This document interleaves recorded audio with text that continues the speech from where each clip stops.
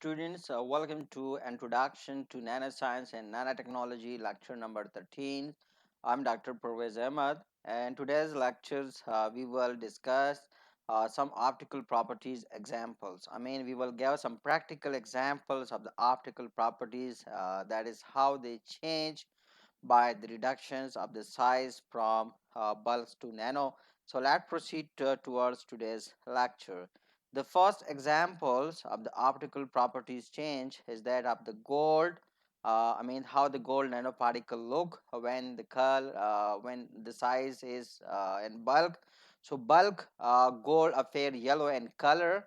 That is, you can see it here in the figure. That is bulk gold. So bulk gold basically look like yellow, but when you change the size, that is, you reduce the size of the gold, that is, you make nano size gold.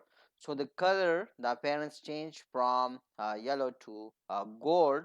Then it appears uh, red in color as compared to the yellow once you reduce the size from bulk to nano. So here you can see that we have 12 nanometers 12 nanometers gold particles that look like red as compared to the yellow one when we have the gold and the bulk. So in bulk, the gold look yellow, while we reduce the size, that is, we synthesize nanoparticle of the same material, that is gold.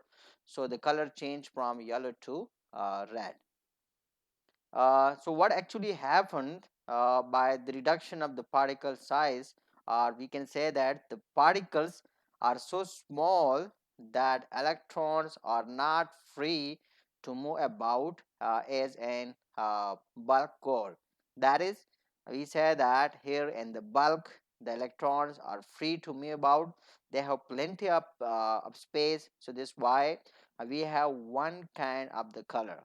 But once we reduce the size, that is, we come to the nanoscale. So the electron freedom, it is restricted, so it do not have plenty of space to move about. Or in the scientific words, we can say that the electron movement is confined. Electron is confined.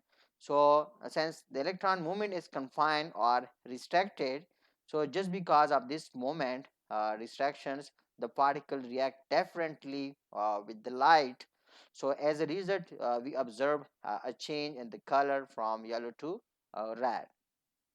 That is, the responsible factor for the color change is the restricted movements of the electron due to the restricted size of the materials. So that restricted movement of the electron, it react differently with light. So that's why we observe a different color of the same material because of the reduction of size of the materials.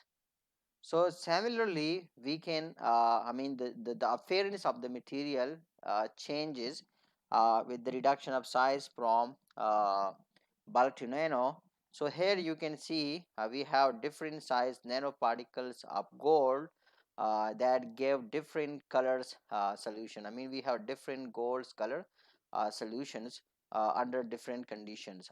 Smaller size, here you can see that smaller size nanoparticles, it's appear red in the solutions, while slightly larger nanoparticles appear blue. Here you can see that while we changing the particle size, so the color changes with the size of the gold nanoparticle. So smaller nanoparticle red in the solutions, while slightly larger nanoparticle appear blue in the color. So that's how, the same concept involved, that is the restriction the moment of the electrons and so many other factors that we discussed in the previous lecture. They are responsible for the change in color of the gold nanoparticle in the solutions. An example of the optical properties change is also that of zinc oxide nanoparticles. Zinc oxide nanoparticles is quite frequently used in plenty of applications and the modern technology. So larger zinc oxide particles, you know that it's block ultraviolet light. It's scatter visible light. So as a result of that, it appear white. I mean, if we have zinc oxide particle, so zinc oxide particles, they have the characteristic that it's block the ultraviolet light and scatter visible light. So it is the result of these two phenomena. I mean, it appear white. So that's why it's been traditionally used as a sunscreen lotions for, I mean, especially utilized by the woman for looking white. For looking white, you know that how the women's like to appear white, to I mean, so to look clear. So normally they utilize normally the zinc oxide. I mean, they've been utilized in sunscreen, lotion, etc.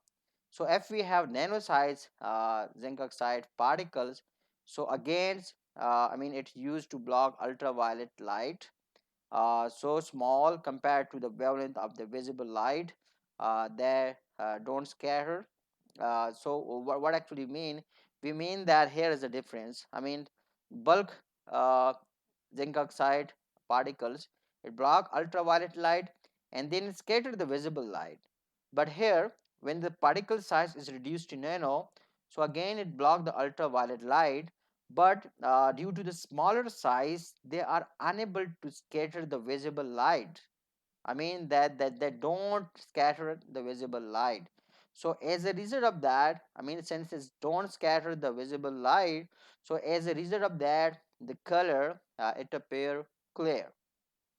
I mean, you have clear color. So if you have zinc oxide and bulk, or zinc oxide and nano, so both of them they have different application. I mean, you can utilize nano size zinc oxide for looking clear, and you can utilize zinc oxide particles for appearing for white appearance. I mean, you want to look white, so you have to utilize zinc oxide particles in bulk.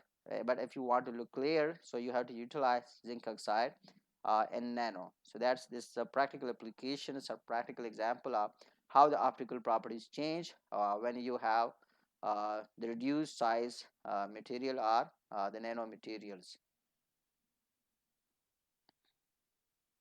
So that's all. I mean, that's all we have for the practical example of optical properties of the nanomaterial. Hope you enjoy. Stay tuned with the next lecture, because from next lecture onwards, we will proceed towards the discussions about the electrical properties of the nanomaterials, and that will be lecture number 14. So stay tuned with the lecture number 14. Till then, bye bye.